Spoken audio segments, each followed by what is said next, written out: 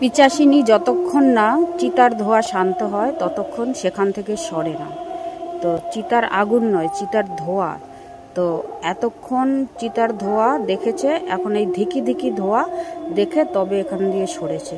আজকে আমি অতিষ্ঠ হয়ে ভিডিওটা করলাম, আর ভিডিওটা আমি সোশ্যাল মিডিয়ায় আপলোড করব, কারণ এই নিয়ে কম তো ভোগান্তি আমরা পোয়াচ্ছি না। ধিকি ধিকি ধিকি ধিকি চিতার ধোঁয়া। তোমরা কেউ দেখতে পাচ্ছ? ধোঁয়ার মধ্যে একজন পিচাসিনী ধোঁয়া দিয়ে দাঁড়িয়ে আছে, চিতা সাজিয়ে দাঁড়িয়ে আছে।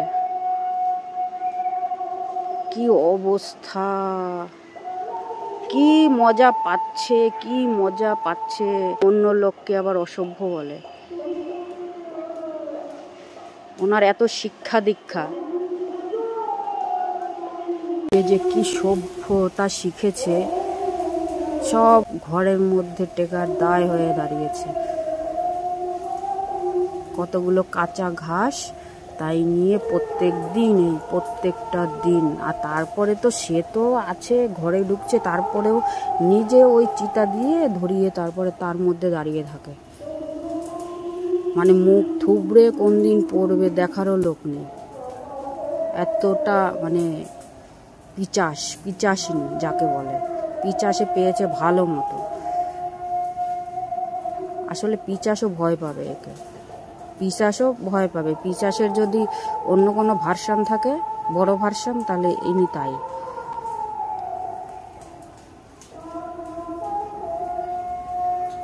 সেই হয়ে গেছে আধা ঘন্টা ধরে ওর মধ্যে দাঁড়িয়ে আছে, আধা ঘন্টা ধরে ওই ধোঁয়ার মধ্যে দাঁড়িয়ে ধোঁয়া দিয়ে যাচ্ছে।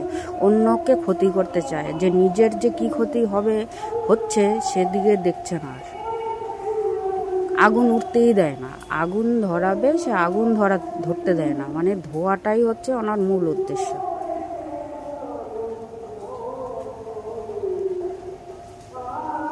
কিভাবে যে দিনের পর দিন এইভাবে করে যাচ্ছে।